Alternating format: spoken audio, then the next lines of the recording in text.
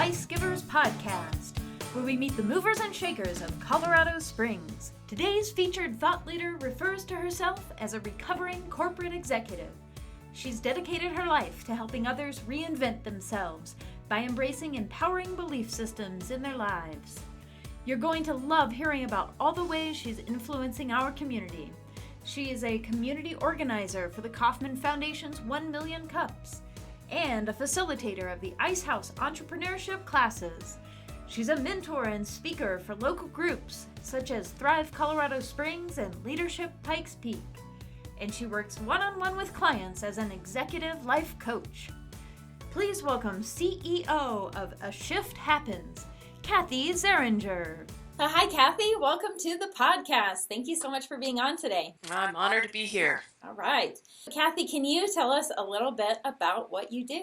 My passion is coaching people to live into a life of full expression. I call myself a recovering corporate executive. I was in the corporate world for 20 years, lost a little bit of track of myself, and so I found my way back to me and now want to support other people in doing the same, as well as working with teens and young professionals to really just stay focused on what they love and expressing that in their work and in the community.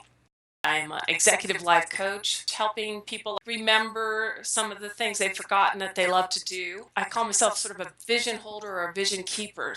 First, to have people start to remember what they love and start to build a bridge to how they can live into that. Maybe to work it in the margins and start to take classes and different things, and I hold them accountable actually to taking care of themselves and taking care of their dreams. The backstory sounds fascinating. Can you take us back a little bit more and elaborate on the backstory of how you got into the work that you do now? It was circuitous at best. I was really involved in success. I was born and raised in what's now known as the Silicon Valley, Santa Clara Valley, just a gorgeous place to be raised. Went away to college, came back with a degree in human development, human psychology.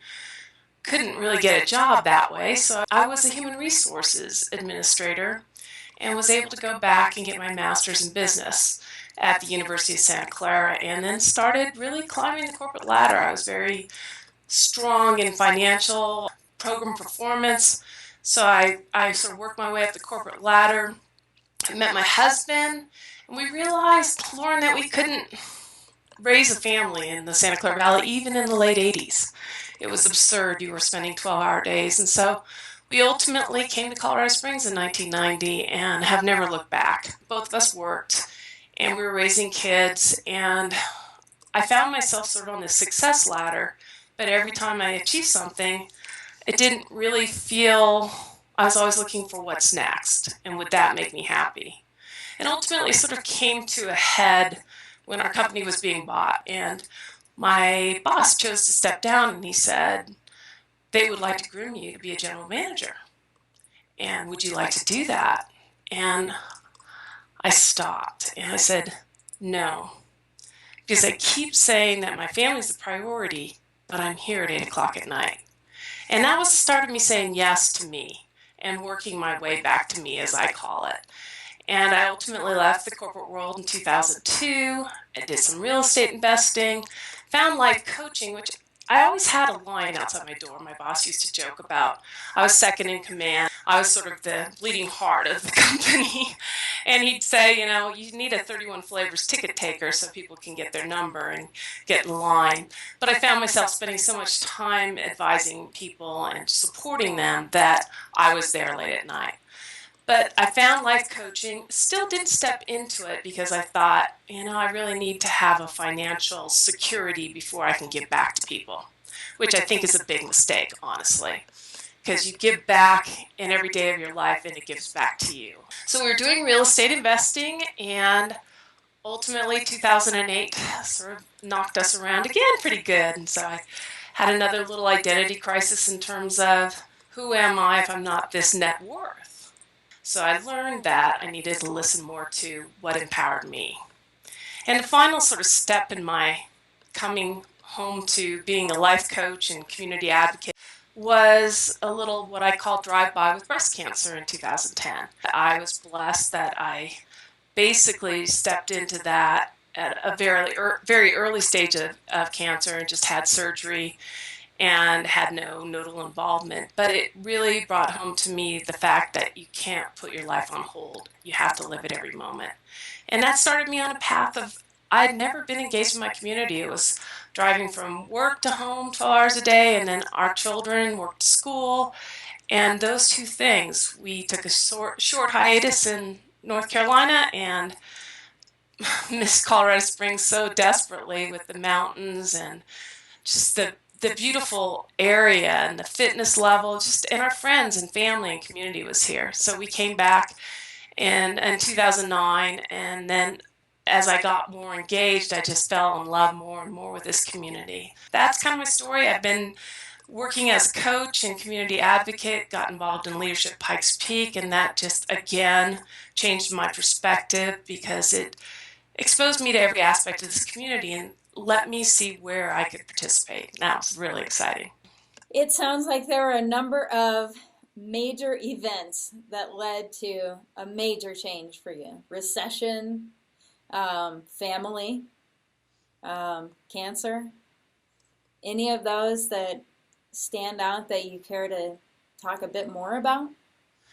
Well, I really think that all of them sort of combine to the work I'm doing today. You never put your life on hold for anything, and encouraging other people to learn from my journey and also to walk with them in their journey, that you need to find that intersection between your passion and how you can serve the community. One of my slogans or taglines is "Don't retire, refire," because my husband and I thought when we went to North Carolina that, okay, we had these real estate investments and we were going to retire, but we both needed meaning and we both needed connection and significance. And so instead of just saying that it's all about, and a lot of our sort of baby boomer psychology is to invest in your financial portfolio. And I say that we should really invest in the diversified portfolio of our life, because sometimes we're so focused on what that net worth is going to be that we forget to invest in our relationships, and how many marriages break down when people are in their 50s and 60s, or we forget to invest in our families, our health breaks down. So I just am hoping to speak into many people's lives, especially in the Colorado Springs community, about building that bridge between sort of that old way of thinking and this wonderful new way of thinking that your beautiful generation and our millennials, that you're bringing to us, about really focusing on our whole life, not just this work life thing. So give us some examples. You've mentioned Leadership Pikes Peak. I met you through 1 Million Cups, and I know you've taken on at least one other activity since then. So, tell us about those activities. Let me start with Leadership Pikes Peak. I would encourage anyone and everyone that I know who is trying to figure out, where do I fit in this community, to engage in one of their programs. They have programs that start with teenagers all the way up through baby boomers, and their whole purpose as a nonprofit is to engage community members in ways that they can contribute in this community that inspire them. And so Leadership Pikes Peak, I spent 3 years working on a teen program. Nothing could be more fulfilling than to see a teen who didn't even understand why their counselor recommended them for the program suddenly step into the fact that we went to the police department and they put on a SWAT vest on her and she was all of 90 pounds, and all of a sudden she stood taller and she saw a future for herself where maybe when she entered the program she didn't even think she was going to graduate from high school. She was a caretaker to her younger brothers. They'd been in and out of foster care. When she put that SWAT vest on, I took a picture, she posted that on Facebook, and she determined through that program that she was going to be a police detective. She went back and talked to them, got into the Explorer program, is now at UCCS, and just that is like one of 100 kids, and it's so amazing to see kids. It's not that they have to be president of their student body class, but to become leaders in their own lives about what they're passionate about. And then it's funny to watch the teens inspire their parents to do the same. So that's been amazing. The signature program for myself was fantastic. That led to meeting some people that ultimately led me to 1 Million Cups. And when I walked into 1 Million Cups, 1 Million Cups is basically a an initiative to advance and accelerate entrepreneurship in our community, and actually in over 70 communities nationwide. And the way we do that is that we're kind of like the anti-Shark Tank. We have businesses that are 1 to 3 years old that are scalable, which means that essentially you can make them larger than just one person, either through technology or hiring other people. And we have these local businesses come down and they present for 6 minutes and they tell their stories and they tell their why, what makes them do what they do. And then the community spends 20 minutes giving them feedback and ideas and connections. And the final question, you know I'm passionate about this, right?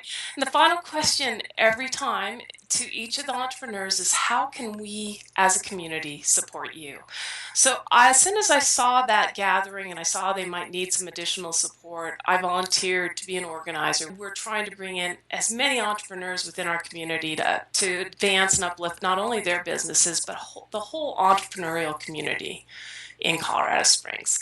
So it's been fun to meet you and so many people there. The first time that I went, the speaker was actually Eco Cabins, and I was just stoked to hear about something new happening in town. And the other speaker that day, I think, was Small Farms. So it was a duo of sustainability-minded speakers, and that's what drew me in. I think I just saw a Facebook post. I said, whatever that is, I gotta go. Oh, that's so awesome. And not only did I enjoy the speakers, but it was my first time being exposed to 1 Million Cups, the mission, what it's about, the fact that it happens in this town every single week. The mission just really hit home for me. This is something good for our community. So I'm curious, as someone very intimately involved with 1 Million Cups in Colorado Springs, what overarching effects have you seen? What are the bigger effects that have come about since it's been here? You know, it's anecdotal.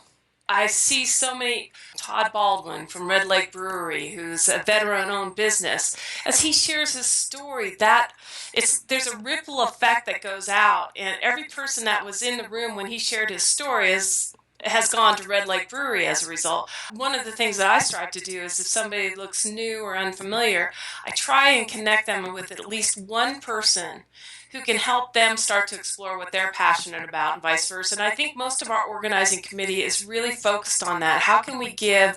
And so we're creating a ripple effect. Now, Todd, I've used him in other places to speak to our teens and inspire them. As of a year ago, he had inspired 600 veterans to either find empowering work here or start their own business here through the Small Business Development Center.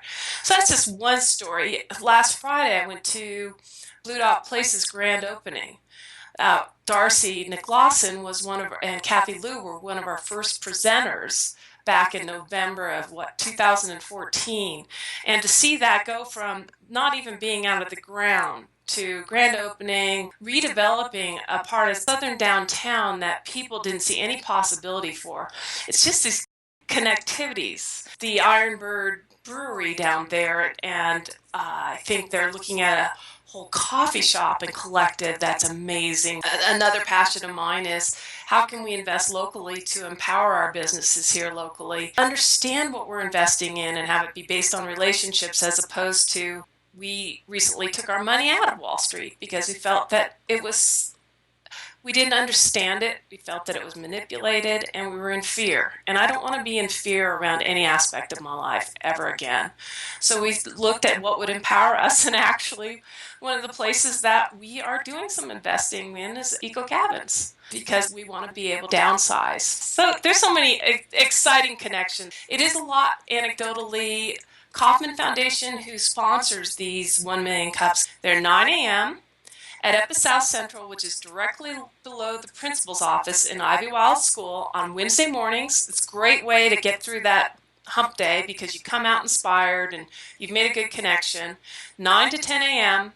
If you have any questions about who's presenting, just Google 1 Million Cups Colorado Springs. We have 2 presenters every week. Number 1 Million Cups Colorado Springs. But the Kauffman Foundation actually tries to track feedback. They have 70 plus cities engaging this nationwide, and new organizations are being added.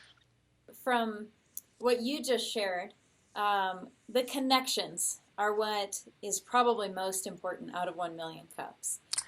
Just meeting other people in this town who are making things happen. It doesn't feel to me like an obligatory networking event. It's an event where people walk in and they want to be there. They're like, I wonder what I'll learn today. One man, Father Kyle, comes with his mom and they have coffee, and then he comes in and he says, some of these things I think I have no interest in, and then I've learned something and I want to go over there and learn more. It's really a fantastic place to connect and ask questions and find out some people that might be able to support you, because that's what it's about. I found it fascinating how extremely interested I can become in these businesses and projects in just 6 minutes that it takes them to tell about what they're doing. So for those listening who haven't gone to 1 million cups yet, they hit it on the 1 hour mark every time.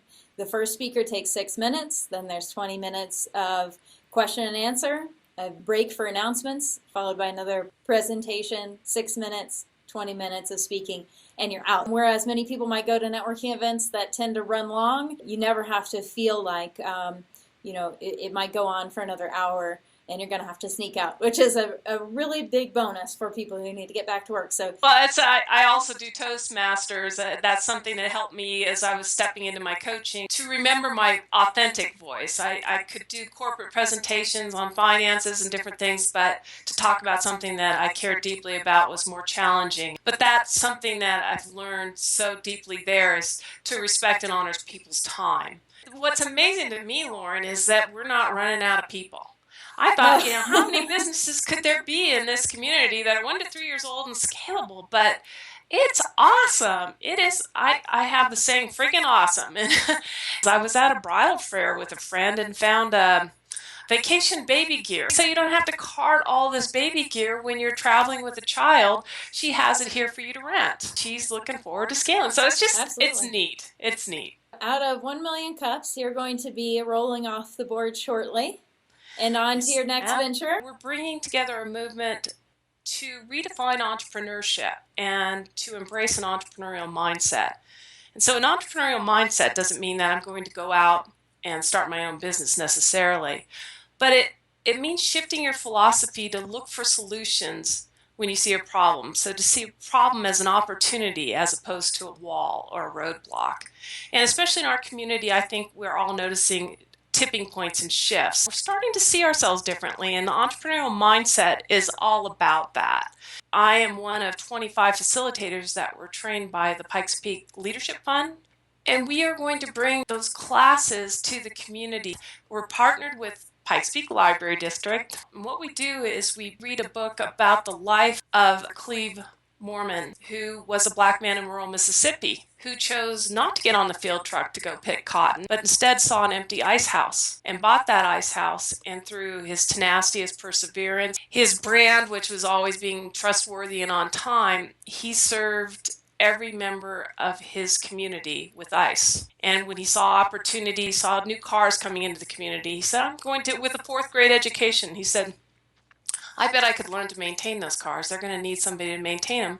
And he read at night these auto maintenance books, and ultimately on Saturday mornings would maintain those cars. He embodied this entrepreneurial mindset in such a way that he, regardless of his situation, he chose not to get on the field truck. Is our corporate culture, if we're not inspired and we're sort of dredging along, is that our version of the field truck? To look at our lives differently. So we're starting out with a book study, and then more importantly, we're going to offer the classes, which will be an 8-week set of experiential classes for you to work with other like-minded people, to look at the belief systems, the habits, different ways of doing things, and to get feedback from your community within. We'll bring in local entrepreneurs, as well as this entrepreneurial learning initiative has 12 to 15 amazing entrepreneurs that have overcome being a vet and losing an arm, teen pregnancy and poverty, foster homes. And so that will be the first series of classes, and we're hoping to get 25 community members into each one. And what is the name of the program? It is called Who Owns the Ice House? And that was the name of the book, right? Yes. being involved in the Ice House, it also brought me to an initiative that's amazing to me. It's called Thrive Colorado Springs. And they are taking Southeastern community members and taking them through the Who Owns the Ice House curriculum to help them look at starting a business that would revitalize Southeastern Colorado Springs. They just graduated their first class, and there's 7 graduates, and I'm blessed to be able to mentor one of those graduates who is hoping to start a business to bring fresh produce to the southeast side of Colorado Springs. Part of this process is really going out and interviewing 50 people, which is, Gary calls it rejection therapy. And that's something that we don't learn in traditional schools. So the person with the business idea that they'd like to start, part of the training involves them taking their idea to 50 people for feedback? Yes. Wow. Yeah. That's where, we all might quit because it's scary. And actually, Gary tells a great story, the co-author of Who Owns the Ice House, of his foster son. He went from being a foster child who was going to get his GED and take minimum wage to an engaged entrepreneur in our society. It's just a huge difference. And many, many stories like that. And we want to make every community member a part of that story. That's awesome. Okay, so I'm dying to get into your business. A shift happens. Okay. How you help people. What type of tricks do you have up your sleeve? Who is a perfect person to come and see you? My curiosity is, does someone need a shift happens when they would like help making the decision to make a change in their life? Or does someone come to a shift happens once a moment has happened in their life and they know for a fact it's time to change the course of their life? Both. For me, I ultimately had that moment where I said no and started saying yes to me. But what I like to support people in doing, whether they're in the corporate world or I'm coaching several people that have kids that are graduating from high school. And who am I going to be if I'm not that child's mother anymore? Who do I want to be next in the world? And that's a scary proposition when you see your life as a blank canvas. So what I do, honestly, is I start out, I worked with Debbie Ford. I trained with her for many years. She recently passed away from cancer. But her whole orientation is to start to look at the beliefs that hold you back and where you establish those beliefs, not to get rid of them, not to decide you can't be something, but to say, what's the blessing of, for me, I couldn't be weak.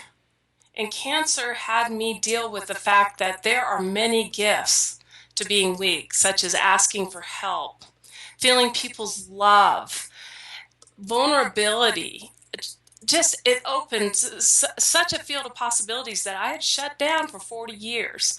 So what I do is I start with vision, because we haven't really thought about our lives. We think about our lives mostly when we're in the work world as, I don't want this to happen. I can't be late on this project. I've got to get this done.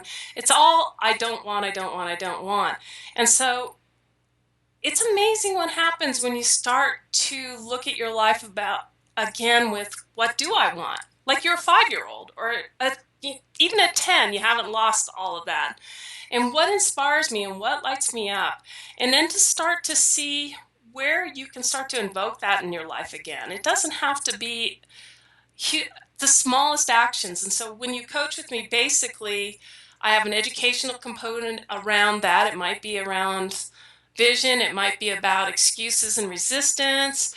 And then we do sort of a series of powerful questions where you get some self-assigned action items.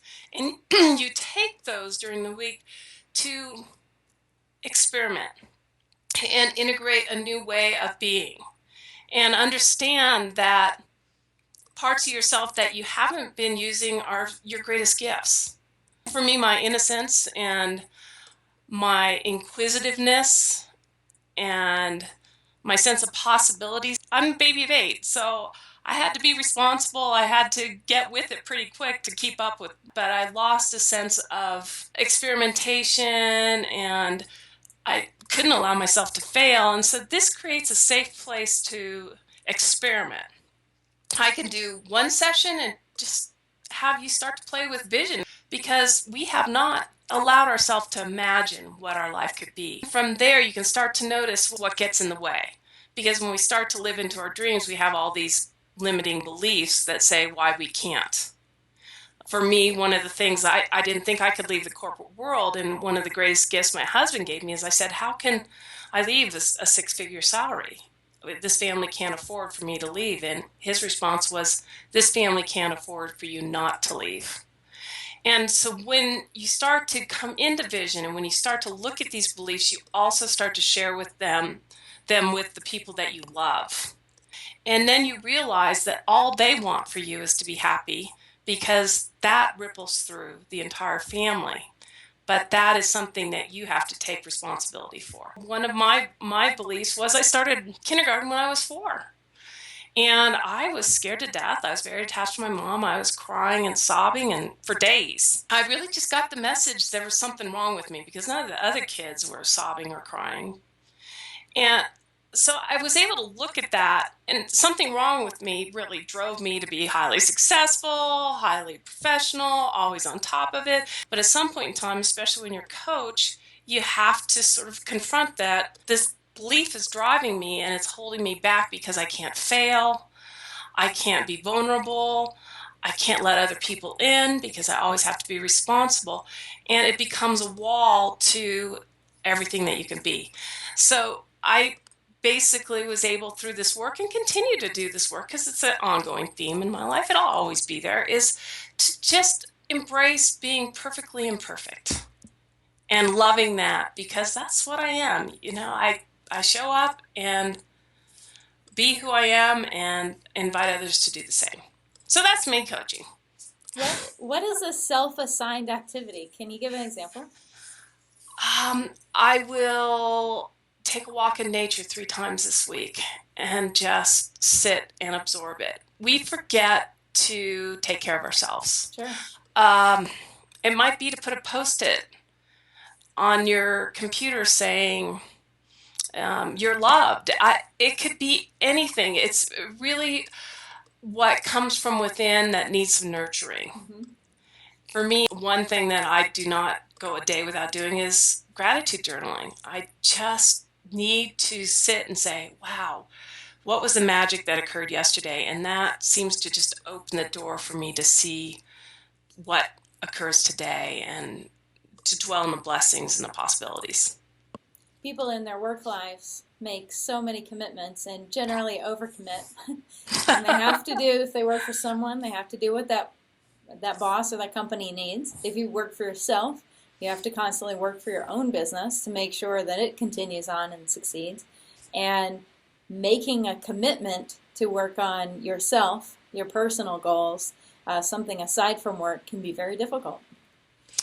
It can, and I would assert, and I think that through my ROI coaching, I've seen it, that once we start doing that, we become more effective in our businesses, in our work, in our relationships, because when we're in a constant state of overwhelm, what I found being in the corporate world is there was never enough time. So when everything was important, nothing was important. And that is a pretty serious implication. And that's, I think, what's happening in the corporate world, is when you feel so pulled by competing energies and that you don't have a driving why, except for that your operating income better be this, and you've got quarterly reviews coming up, and it better be this, and how are you going to explain that it's not this, but you spent the money over here? There has to be a point where we say, okay, this is what I have control over, and I'm going to take the 10 minutes. One thing my husband and I started doing about 2 years ago now is meditating every morning for 15 minutes, 20 minutes, depending on if our dogs are being persnickety. But we take that time. I get up, and it's 6 a.m., and it just sets our day with stillness, so that our mind isn't going a mile a minute. We're not running out the door. We have more intentionality in our day. So yeah, it is a tall order, and I would assert that without it, we're really trying to create a successful business or a successful relationship from the wrong place. Mm-hmm. It has to be inside out. And that's another thing from the entrepreneurial mindset is that it's intrinsically driven. Instead of letting other people define for you what you need to do for success, you define it and live it. Absolutely. And you're going to have doubters, but one of them won't be you. And so what would you say is an outcome for someone who comes and who comes to a shift happens? An inspired way to approach their work, a pathway to start to think about what's next after this job and not recreating it somewhere else. What would they like to do?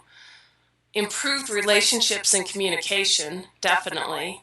But first, people are connecting within so that they can truly have authentic communications, not communications that are from a place of trying to manipulate or control, but really true communications with their spouse, their friends, their family that are driven from love and wanting to be understood and seeking to understand. So what we do starting out, Lauren, is look at sort of that diversified portfolio of your life. Work and career, money and finance, fun and leisure, home and surroundings, friends and family, primary relationship. And we look at that, it's eight-sided type of thing, and sort of look at where it is now and where you'd like to see some changes. And then we look at it at the end, and dramatically, the power of vision driving your life versus what you don't want, life-changing. Yeah. Yes. Yes. Also, I have done some work with breast cancer patients about envisioning their healing, and that's been amazing. I had one woman who thought she was going to basically be diagnosed with stage 4 colon cancer and was going to die in a year. And through doing some prepare for surgery and visualization work, even her surgeon thought it was like stage 3 or stage 4. She knew she had the sense of peace because she really knew that she would be okay regardless. And she was declared cancer-free from the surgery, was able to go on living her life in a way that was much more empowering than before the cancer diagnosis. So it's fun. I live for sort of seeing people. They've been running into the same belief system, and I call it kind of like a wall, and you just bang your head against that belief system. And you just ask a few powerful questions, and all of a sudden, you can just hear the lightness. What if what I keep saying is true isn't true? And there's another way to look at this that allows me to live a life that's empowered and inspired, opening a door to possibilities. And so that aha moment, that lightness in their voice, and that possibility, and then watching them start to follow through on that and opening more and more doors. It's just humbling, honestly, to see. You're very passionate about the work that you do. Thank you. Is there anything that we didn't get to? Just anything that we've missed that you'd care to share? You had a question of what guidance do you have for someone who's new to Colorado Springs? Yes, please.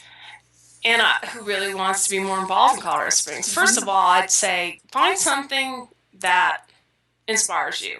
For my husband, it's probably working on trails and building trail systems and working for TOPS, the Trails and Open Space Initiative. Find something that inspires you and then make an hour. Make it 2. That would be a self-assigned action from coaching to go do that. And notice how it feels, talk to people, connect, and see if there's other things that interest you.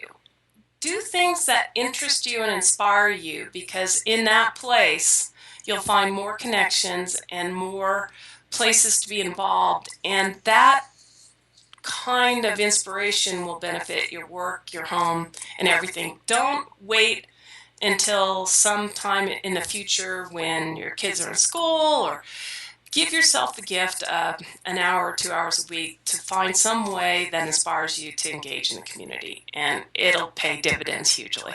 Absolutely. Thank you. Yeah. That's absolutely a goal of this podcast, is get some of those ideas out there for people who feel that way on the inside, but they have no idea where to start. Exactly, and that's it. Come to the book study for Who Owns the Ice House, because that might get those questions started to start to sort of look around that wall, that self-created wall, to say, how could I do this instead of I can't do this?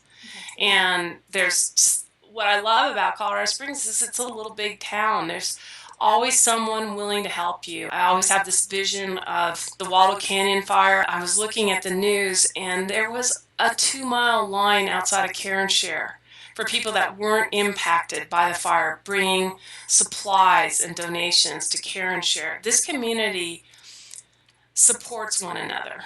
We argue and fight just like a family, but we support one another when the chips are down. And we're building a beautiful place to live. You could not pay me to move back to California in any way, shape, or form. You could buy me a house. I could not live there, because you're really mortgaging your life for a lifestyle that you can't enjoy with traffic, and it's just craziness. It's just craziness. Wonderful place to visit, but this is a place to live where you can, within 5 minutes, be in beautiful hiking and biking and walking, and the community supports one another. So I just can't say enough about it. I think just since I've been involved more over the last 3 to 4 years, there is no part of me that wants to leave like I did in 2007 to 2009. I think to myself, what was I thinking?